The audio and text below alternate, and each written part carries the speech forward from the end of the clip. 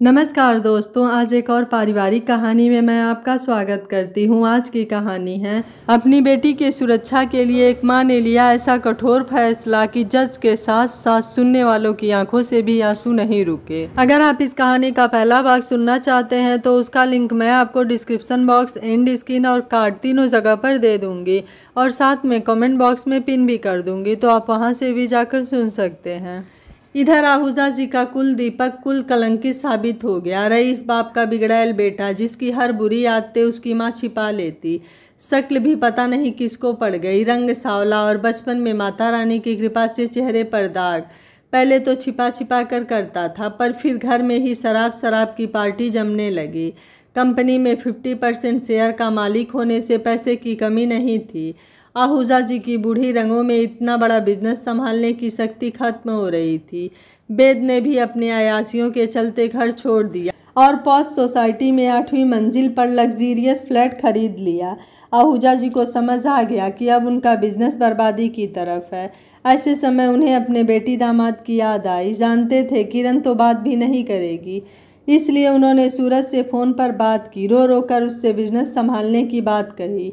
सूरज ने उन्हें आश्वासन दिया कि वो किरण से बात करेंगे। कनिका और राहुल का लास्ट सेमेस्टर बचा था। इधर गांव में मलेरिया और डेंगू ने तबाही मचा दी। जिम्मेदारी के एहसास से सूरज और किरण बराबर लोगों की सहायता में जुटे रहते। घर घर जाकर जागरूकता फैलाना, बीमारों को अस्पताल ले जाना, दवाइयाँ बांटवाने में आशा वर्कर की सहायता करना। इन सब के चक्कर में वो अपनी सेहत का ध्यान न रख पाए और दोनों ही डेंगू से पीड़ित हो गए। अस्पताल में भर्ती जरूर किया गया, पर बचाने की सारी कोशिश नाकाम रही। सूरज ने आहूजा जी को फ़ोन कर दिया था। अस्पताल में उनकी उपस्थिति ही मायने रखती थी। कनिका पहली बार अपने नाना जी को देख रही थी। इसके पहले जब भी वो माँ से अपने ननिहाल के बारे में पूछती, किरण हमेशा गोलमोल जवाब देती थी। नाना जी बराबर अस्पताल में खड़े रहे, कनिका को ढाढ़स बंधाते, उसके खाने पीने का ख्याल रखते। जिस दिन कनिका के मम्मी पापा ने दम तोड़ा, कनिका बेहोश हो गई। जब होश आया तो सब कुछ खत्म हो चुका था। इसी बीच एक बार कनिका के मामा जी का अस्पताल में पदार्पण हुआ। उनकी नज़र कनिका पर गई। कनिका की कंचन ऐसी काया पर किसी की काली नज़र पड़ चुकी थी। कनिका को होश में आने पर पता चला कि वो प्रेग्नेंट है। माँ पापा जा चुके थे। ऐसे में उसे उसके नाना जी ने ही सहारा दिया। वैसे भी नाना जी की पारखी नज़रों ने हीरे को परख लिया था। नाना जी को उसने अपनी और राहुल के विषय में सारी बातें बताई। नाना जी राहुल से मिले और 1 महीने के अंदर शादी करने को कहा। राहुल बिना ना नुकुर किए मान गया। उसने कहा कि वो जम्मू जाकर अपने मम्मी पापा को लेकर आता है। वो बराबर कनिका के साथ रहा। वो कनिका वापस लौट कर गाँव नहीं गई। अब वहाँ उसके लिए कुछ था भी नहीं। दादा दादी तो पहले ही चले गए थे, अब मम्मी पापा भी। और कहीं उसकी कुंवारी माँ बनने की खबर गांव वालों को लग गई तो उसके मम्मी पापा मरने के बाद उसकी वजह से शर्मिंदा होंगे। नाना जी उसका मन बहलाने के लिए कॉलेज के बाद फैक्ट्री ले जाते और वहाँ का काम सिखाते। जिस दिन राहुल को आना था, सब स्टेशन के बाहर उसकी प्रतीक्षा कर रहे थे, पर वो नहीं आया। कनिका के चेहरे पर उदासी छा गई। राहुल का फ़ोन भी स्विच ऑफ आ रहा था। नाना जी ने कनिका को दिलासा दिया कि वो अगली ट्रेन से आ जाएगा। धीरे धीरे पूरा हफ्ता निकल गया, राहुल नहीं आया। अब तो सबको दाल में कुछ काला नजर आने लगा। नाना जी ने जम्मू के डीलर से राहुल का पता लगाने को कहा। पता चला कि एड्रेस नकली था, फ़ोन नंबर भी फर्जी था। राहुल का कहीं पता नहीं था। पुलिस में कंप्लेन कर दी गई। 2 महीने बाद पता चला कि राहुल उर्फ मनोज एक शातिर अपराधी था। उसका यही काम था, अच्छे कॉलेज में एडमिशन लेता, वहाँ किसी अमीर घर की लड़की को अपने प्रेम जाल में फंसाता और ऐसे ही अपनी दुख भरी कहानी सुनाकर पैसे लेकर चंपत हो जाता। नाना जी ने कनिका से अबॉर्शन के लिए कहा, पर 3 महीने के बच्चे को मारने का साहस नहीं हुआ। फिर उसकी क्या गलती थी? नाना जी ने भी उसकी इच्छा का सम्मान किया। मामा ने नाना को ताना मारते हुए कहा कि अब उनकी इज्जत में बट्टा नहीं लगेगा जब कनिका बिन ब्याही माँ बनेगी। फिर खुद ही सुझाव भी दे दिया कि कनिका को उसी की सोसाइटी में फ्लैट देकर रखा जाए। इससे उसकी देखभाल भी हो जाएगी और हाई फाई सोसाइटी में कोई किसी से मतलब भी नहीं रखता। नाना को ये बात जम गई और मामा जी की ही सोसाइटी में 11वीं मंजिल में थी बेडरूम खरीद कर कनिका को उसमें बसा दिया गया। चिड़िया जाल में फंस चुकी थी। एग्जाम्स के बाद कनिका ने नियमित फैक्ट्री जाना शुरू कर दिया। वैसे भी वो कोषाग्र विद्या थी, बड़ी तेजी से बिजनेस की बारीकियां सीख रही थी। फैक्ट्री में सबको बताया गया कि कनिका मैडम के पति की एक्सीडेंट में मौत हो गई। 7वां महीना चल रहा था। कनिका ऑफिस से आकर आराम कर रही थी। नीचे से मामा जी का मैसेज आया, कनिका नीचे आओ, कुछ ज़रूरी बात करनी है। कनिका लिफ्ट से 8वीं मंजिल में उतर गई। दरवाज़ा खुला ही था। मामा बैठे ड्रिंक कर रहे थे। कनिका ने कहा, जी मामा जी बताइए। मामा ने कहा, अरे आज वो मेरी कुक छुट्टी पर है, मैंने सब्जी काट ली है, तुम प्लीज़ तहरी बना दो अगर प्रॉब्लम ना हो तो। कनिका ने कहा, इसमें क्या प्रॉब्लम है, मैं अभी बना देती हूँ। मामा उठकर अंदर चले गए। कनिका यहाँ आना ज़रा। कनिका उनके पीछे बेडरूम में चली गई। उसके अंदर जाते ही मामा ने बेडरूम का दरवाज़ा बंद कर लिया। कनिका ने कहा, ये क्या है मामा? मामा कुटिलता से मुस्कुराए, तो तुम क्या समझती हो मैं यहाँ किस लिए लेकर आया? और कनिका का हाथ पकड़कर उसे खींचकर बेड पर ले आया। मामा ये गलत है, आप रिश्तों की कुछ तो मर्यादा रखिए। मामा उसके साथ जोर जबरदस्ती करके ही माना। वो लाख रोई, चिल्लाई, अपने गर्भवती होने की दुहाई दी, पर उसके सर पर जो भूत सवार था वो उतर कर ही माना। कनिका मामा के इस नए रूप से टूट गई। मामा ने धमकी दी, अगर उसने ये बात नाना से कहा तो वो सबको बता देगा कि वो एक चरित्रहीन औरत है और कुंवारी माँ बनने जा रही है। फिर उसकी और उसके नाना की इज्जत उसकी जिम्मेदारी। और इस तरह कनिका एक राक्षस की कैद में गिरफ्तार हो चुकी थी। कार तक पहुंचते हुए अचानक कनिका अपने यादों से बाहर आई। पुलिस कनिका को चुपचाप ले गई, पर फिर भी जाने कैसे मीडिया को खबर लग गई। इधर पुलिस स्टेशन में, कनिका जी देखिए, हम लोग हर एंगल से जांच कर रहे हैं। सुसाइड करने का कोई मोटिव नहीं था उनके पास। हमने उनके इर्द गिर्द रहने वाले लोगों से काफ़ी पूछताछ करी है। वो हमेशा अपनी दुनिया में मस्त रहते थे, तो सुसाइड क्यों करेंगे? कनिका ने कहा, अच्छा आपने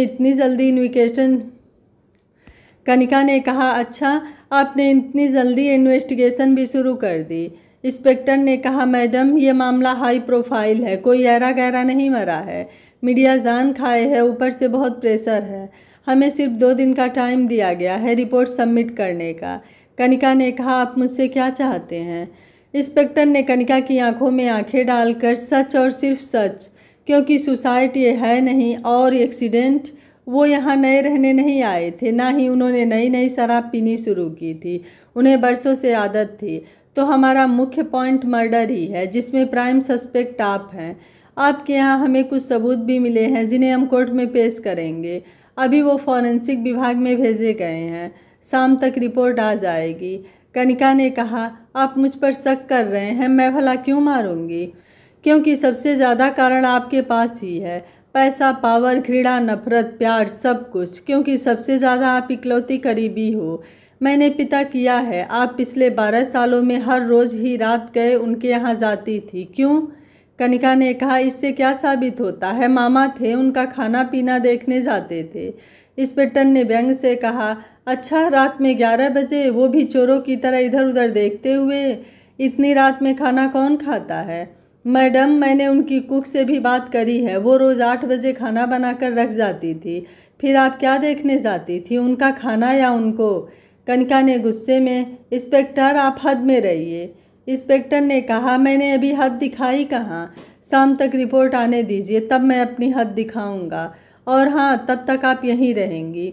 विथ परमिशन आप कोर्ट। टीवी चैनल में एंकर गला फाड़ रहे थे, तो क्या वेद जी की हत्या हुई है और वो मर्डर उनकी अपनी भांजी और AILA कंपनी की CEO मिस कनिका ने किया? और किया तो क्यों? क्या साजिश थी? कनिका जी ने ये काम अकेले किया या कोई और भी शामिल है? क्योंकि मिस कनिका शादी नहीं होने के बावजूद एक बच्ची की माँ हैं, तो क्या उनके इस गुनाह में उनके ये छिपे हुए उनके प्रेमी हैं?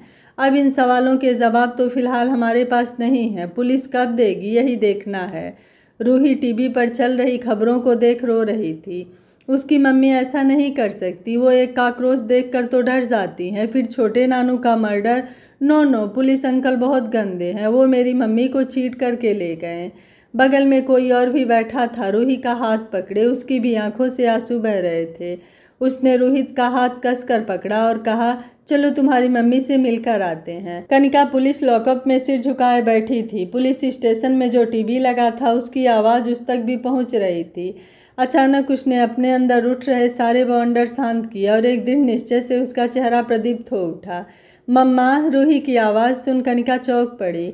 बच्चा मेरा, देखा रूही रो रही थी। रूही के साथ आए व्यक्ति को देख कनिका और भी चौंक गई और आंखों से गंगा जमुना बह निकली। नीलेश, भर्राई आवाज़ से कनिका ने कहा, कहाँ चले गए थे तुम मुझे यूं छोड़कर? तुमने तो दोस्त होने का दावा किया था, फिर अचानक क्यों चले गए? नीलेश ने कहा, मैं कहाँ गया था आपको छोड़कर, मैं जा ही नहीं पाया और आपने भी तो ना ही मेरी दोस्ती कबूल की और ना ही मेरा। फिर रूही की तरफ देखकर चुप हो गया। कनिका उस दिन की याद में खो गई जब बेल्टों से मार खाने के बाद वो अगले दिन ऑफिस गई थी। उसके चेहरे पर सूजन थी और आंखों में निराशा। नीलेश ने उसके चेहरे को ध्यान से देखते हुए पूछा, क्या हुआ कनिका जी, आप बीमार लग रही हैं, आपके चेहरे पर सूजन क्यों है? डॉक्टर को दिखाया? कनिका एकदम से चिल्ला पड़ी थी। आप अपने काम से काम रखिए मिस्टर मैनेजर, जाइए, बहुत काम पेंडिंग है, उन्हें निपटाइए, ना कि मेरा चेहरा देखकर अपना और मेरा टाइम बर्बाद करें। नीलेश उसका ये रूप देख चुपचाप चला गया। 2 दिन तक नीलेश उसके केबिन में नहीं आया। बेचैनी तो कनिका को भी हो रही थी। तीसरे दिन पार्किंग से कार निकालते वक्त नीलेश उसके पास आया और एकदम करीब आकर बोला, कनिका जी, आप भले ही कुछ ना बताओ पर कुछ तो आपके साथ गलत हो रहा है। मैं आपके हर दुख को बांटना चाहता हूँ, मैं आपको पसंद करता हूँ, आप मुझे कम से कम दोस्ती के लायक तो समझिए। कनिका ने इधर उधर देखा। उसे एक कार के पीछे परछाई नजर आई। उसने जोर से नीलेश को धक्का देकर कहा, दूर रहो मुझसे, तुम्हारी औकात क्या है मुझे पसंद करने की या मुझसे दोस्ती करने की? मैं अकेली रहना चाहती हूँ, हटो यहाँ से। और कार में बैठकर वहाँ से चली गई। मम्मी, रूही की आवाज़ से कनिका वर्तमान में लौट आई। कनिका ने नीलेश को देख अपराधी भाव से चेहरा नीचे कर लिया। रूही, मम्मी सब कह रहे हैं कि आपने छोटे नानू को मारा है। कनिका ने नीलेश का चेहरा देखा। नीलेश के आंखों में भी वही सवाल था। कनिका बेबी, तुम क्या मानती हो, क्या मैंने सचमुच में छोटे नानू को मारा होगा? रूही ने कहा, नहीं, आप किसी को मार नहीं सकती, आप तो इतनी प्यारी हो। कनिका ने कहा, और आप नीलेश?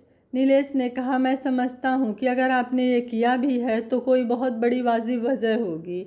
रूही ने कहा, नहीं अंकल, मम्मी कभी ऐसा नहीं कर सकती। कनिका ने कहा रूही से, बेटा आप थोड़ी बाहर बैठो, मुझे अंकल से ज़रूरी बात करनी है। कनिका ने कहा, नीलेश जी, मुझे आपसे एक वादा चाहिए, अगर मुझे सज़ा होती है तो आप रूही का और बिजनेस का ख्याल रखेंगे, बिल्कुल एक सच्चे दोस्त की तरह। मैं तब भी आपकी दोस्ती चाहती थी और आज भी। नीलेश ने कहा, मैं जानता हूँ, क्योंकि उसी दिन बेद जी और उनके गुंडे मुझे मारने आए थे और धमकी भी दी थी कि अगर मैंने कंपनी से रिज़ाइन नहीं किया तो वो आपको नुकसान पहुँचाएंगे। मैं अपने लिए नहीं, आपके लिए दूर हो गया, पर रहा आपके आसपास ही। मैं आज भी आपके भरोसे को नहीं तोड़ूंगा। कनिका ने कहा, ठीक है, अभी आप जाइए और कल कोर्ट में रूही के साथ आइएगा। मैं भी थक गई हूँ, कल पूरी दुनिया के सामने मैं सारा सच बताऊंगी। रिपोर्ट आ गई थी, सिगरेट की राख वेद द्वारा पी जाने वाली सिगरेट के ब्रांड की थी और धागा भी उन्हीं के नाइट गाउन का था और फ़ोन पर भी कुछ अश्लील मैसेज, गालियाँ थे जो कनिका को भेजे गए थे रात में, कभी 11 बजे कभी 12 बजे। तुरंत नीचे आओ के मैसेज लगभग रोज के थे। इंस्पेक्टर अपनी सफलता से खुश होते हुए कनिका के पास गया। कनिका जी, अब आप बताइए, आपने क्यों मारा वेद जी को? हाँ, मैंने मारा, पर क्यों ये मैं कल कोर्ट में बताऊंगी। आप अपना केस कोर्ट में सबमिट करिए। आज कोर्ट रूम खचाखच भरा था। पुख्ता सबूत मिलने से पुलिस विभाग खुश था। मीडिया में भी खबर आ गई थी कि कनिका जी ने अपना जुर्म कबूल कर लिया था। रूही के साथ नीलेश था। नीलेश ने रूही को अपने बारे में सब कुछ बताया था। रूही के मन में बड़ी उलझनें थी। अगर उसकी माँ की शादी ही नहीं हुई तो माँ ने ये क्यों कहा कि उसके पापा मर गए हैं? तो क्या वो एक नाजायज़ औलाद है? क्या नीलेश अंकल ही तो? नहीं नहीं, नीलेश रूही के मन की उलझनों से वाकिफ था। रूही, तुम्हारे सारे सवाल के जवाब आज कोर्ट में तुम्हारी मम्मी देंगी। चलो, टाइम हो रहा है। कोर्ट में कनिका के पहुंचते ही हलचल मच गई। टीवी चैनल वाले किसी भी तरह से काबू में नहीं आ रहे थे। भीड़ बढ़ती जा रही थी। तब प्रशासन ने एक निर्णय लिया। वैसे भी इतना बड़ा केस था कि उसका निष्पक्ष फैसला जनता के सामने होना चाहिए। ऐसी लोगों की डिमांड थी। कोर्ट कार्यवाही को सभी चैनलों पर प्रसारित करने का निर्णय लिया गया। कनिका कटघरे में शांत भाव से खड़ी थी। उसने देखा रूही उसकी तरफ अजीब नजरों से देख रही थी। कनिका ने मुंह घुमा लिया। जज साहिबा के आते ही मुकदमा शुरू हो गया। इस तरह के गंभीर मुकदमे उन्हीं को सौंपे जाते थे। वो एक कट्टर निष्पक्ष न्याय देने वाली मानी जाती थी। पुलिस ने अपने पूरे सबूत सरकारी वकील को सौंप दिए, जिसके आधार पर वकील ने कड़ी से कड़ी सज़ा की मांग की। बचाव पक्ष के वकील को बुलाने पर कोई नहीं आया, क्योंकि कनिका ने सख्त मना कर दिया था। जज ने अपने स्वर में नरमी लाते कनिका से कहा, आपके ऊपर इतना गंभीर आरोप लगा है, आपने अपना वकील क्यों नहीं किया? क्या आप बचना ही नहीं चाहती सज़ा से? कनिका ने कहा, नहीं जज साहब, अब मैं और नहीं लड़ सकती। मैं अब तक सिर्फ अपनी बेटी की वजह से चुप रही, पर अब मेरी बेटी बड़ी हो गई है। मैं जो कहूँगी वो गीता की नहीं, अपनी बेटी रूही की सौगंध खाकर कहूँगी। जज ने कहा, तो फिर कहिए, आप क्या अपना जुर्म कबूल करती हैं? और अगर आपने मारा है तो क्यों? ऐसी क्या नफरत थी जो आपने एक बार नहीं सोचा? कनिका ने कहा, जी हाँ, मैंने मारा है। उसने मेरी ज़िंदगी नर्क से भी बदतर कर दी थी। फिर अपनी शुरू से आखिरी तक सारी कहानी कह सुनाई। चीखते हुए कनिका ने कहा, उसने मुझे गर्भावस्था में भी नहीं छोड़ा। पहले मेरी और नाना जी की इज्जत की धमकी देकर, फिर जब बेटी हो गई तब हमेशा मुझे पर्दे से नीचे दिखाता। जहाँ सोसाइटी के गेट के बाहर एक कार में उसके कुछ गुंडे हमेशा हाथ हिलाते और वो कहता कि अभी वो ऊपर जाएंगे और तुम्हारी बेटी को उसी मंजिल से नीचे फेंक देंगे। किसी को पता नहीं चलेगा और तुम मेरी कुछ नहीं कर पाओगी। मैं डर जाती, कभी भी मैं उसकी बात को ना नहीं कहती। मुझे मारता, मेरा बदन सिगरेट से जलाता, पर मैंने चुप रहना ही उचित समझा। क्यों? अपनी बच्ची के लिए। आपको एक कहानी सुनाती हूँ। एक राक्षस को एक सुंदर सी चिड़िया पसंद आ गई। उसने उसे पिंजरे में कैद कर लिया। दिन में उसे खूब खिलाता दुलराता और रात के अंधेरे में जब उसकी राक्षसी प्रवृत्ति जागती, एक सोने की सुई उसे चुभोता। जब वो दर्द से चीखती, उसे बड़ा मज़ा आता। धीरे धीरे वो इस खेल से उब गया। उसने चिड़िया को प्रेग्नेंट कराया। फिर उसके 2 प्यारे चूजे निकले। एक दिन वो 2 सुई लेकर आया। उस बच्चों की चीखें सुननी थी। माँ अशक्त हो चुकी थी, पर पिंजरे में आते हुए हाथों को पहचान गई और उस खतरे को भी जो उसके बच्चों की तरफ बढ़ रहा था। उस निरीह माँ में जाने कहाँ से ताकत आ गई। उसने पिंजरे से निकल सीधे उसकी गर्दन में चोंच मारना शुरू कर दिया और तब तक मारती रही जब तक उसके प्राण नहीं निकल गए। कनिका हाँफ रही थी, उत्तेजना से, क्रोध से। उसे पानी पिलाया गया। आगे उसने कहा, पहले इज्जत की धमकी, फिर बेटी को मारने की धमकी, फिर मेरे और अपने संबंधों का वीडियो बनाकर बेटी को दिखाने और सोशल मीडिया में अपलोड करने की धमकी। मैं जानती थी मेरी बेटी बहुत छोटी है, वो ये सब नहीं समझ पाएगी, और यदि मैं बेत को मारकर फांसी पर चढ़ गई तो ज़िंदगी भर मेरी बेटी एक चरित्रहीन माँ की बेटी कही जाती, जिसके अपने ही मामा से संबंध थे। मैं अभी भी चुप रहती, क्योंकि अब मेरे जीवन में कुछ बचा ही नहीं था। पर फिर क्रोध से कनिका हाँफने लगी थी। रूही 8 साल की थी। आगे बोली, स्कूल से उसकी बस थोड़ी जल्दी आ गई थी। सरिता जब तक पहुँचती वेद उसे घर ले आए। सरिता ने मुझे फ़ोन करके बताया। मैं तुरंत भागी उसके घर पर। मेरी बेटी अकेली थी। ये सोचकर मेरी जान निकली जा रही थी। रूही समीज और चड्ढी में उसकी गोद में थी। मैंने लपक कर उसकी गोद से रूही छीन ली और सरिता के साथ ऊपर भेजा। फिर उसकी कॉलर पकड़कर कहा, क्या है ये सब? तुम्हारी हिम्मत कैसे हुई मेरी बेटी के कपड़े उतारने की? उसने बेशर्मी से हंसकर कहा, तो आगे उसे कली से फूल तो मुझे ही बनाना है ना, सिर्फ 5 साल बाद, जब वो सचमुच में बड़ी हो जाएगी। सच्ची में तब तक मैं कुछ नहीं करूँगा, तुम्हारी कसम। कनिका पागलों की तरह चीखी। मैं बिल्कुल अकेली थी। एक नीलेश आए थे मेरी ज़िंदगी में, पर उसकी वजह से वो भी दूर हो गए। नीलेश ने अपना सर झुका लिया। कोर्ट रूम में सन्नाटा पसरा था। लोग टीपी से चिपके बैठे थे। अब उसकी नज़र मेरी बेटी पर थी। रूही की 11वीं बर्थडे पर उसने रूही को एक हीरे का पेंडेंट दिया और जाते समय मेरे कान में कह गया, सिर्फ 2 साल और फिर ये परी मेरे स्वर्ग में प्रवेश करेगी। वो अपने बेडरूम को हेल विथ हेवन कहता था, जिसमें सुकर्म, दुष्कर्म, कुकर्म सब होते थे। मैं सहम गई थी। अपनी बेटी को उस नर्क से बचाने को नित नई तरकीबें सोचती। फिर उस रात मैंने वेद को फ़ोन करा। मैंने कहा, रूही को अब पीरियड आने लगे हैं, बड़ी हो गई है, इस खुशी में पार्टी करते हैं। वो ऊपर आया। मैंने पार्टी का इंतज़ाम बालकनी में कर रखा था। सरिता को मैंने छुट्टी दे दी थी। उसने बेडरूम में झांक कर रूही को देखा और बालकनी में आ गया। मैं उसकी खुशी उसके चेहरे पर देख रही थी।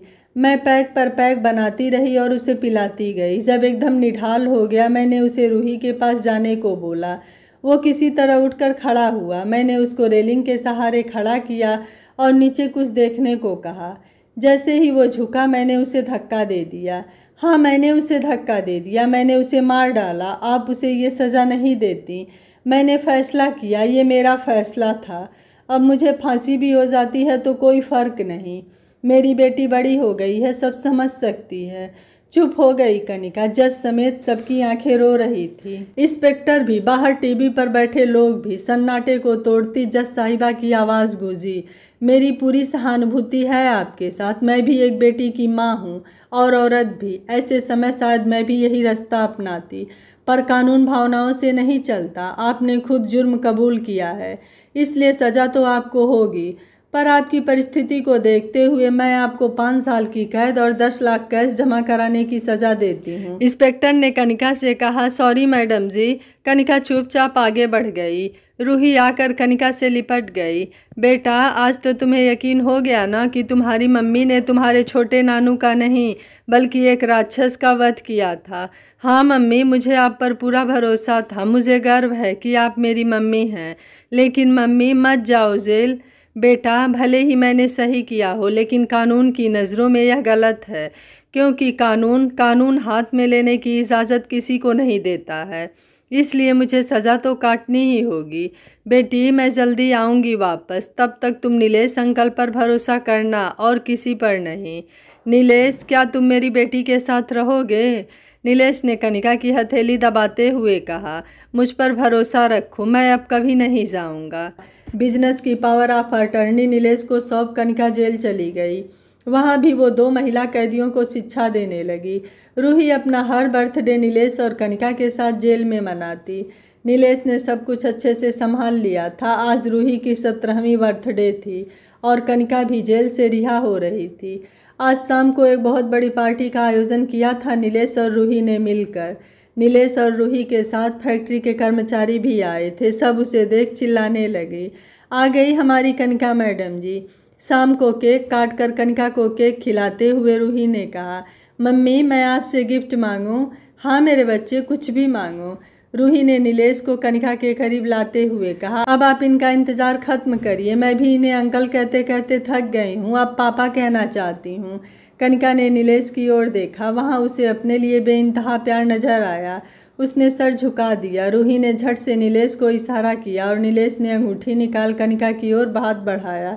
क्या तुम मेरी जीवन संगिनी बनोगी मिस एमडी कनिका जी? कनिका ने हाथ बढ़ाते हुए कहा, बनूंगी, पर एक शर्त पर। आपको हमारा पर्सनल मैनेजर बनना पड़ेगा, वो भी आजीवन। मुझे मंजूर है, कहकर नीलेश ने अंगूठी पहना दी। नीले आसमान से पूनम का छाद अपनी रोशनी बिखर कर उन्हें आशीर्वाद दे रहा था। दूर खड़ी जज साहिबा और इंस्पेक्टर ने भी उनकी खुशी में तालियां बजाई। हाल में टगी सूरज और किरण की फोटो अनायास मुस्कुरा उठी। आज उन्हें भी अपने बेटी के फैसले पर गर्व था। यह कहानी आपको कैसी लगी? कनिका का फैसला आपको कैसा लगा? आप मुझे अपनी राय कमेंट बॉक्स में ज़रूर दीजिएगा। वीडियो पसंद आया है तो वीडियो को लाइक, शेयर एंड चैनल को सब्सक्राइब कर लीजिएगा। Thank you for watching. मिलते हैं अगली कहानी में।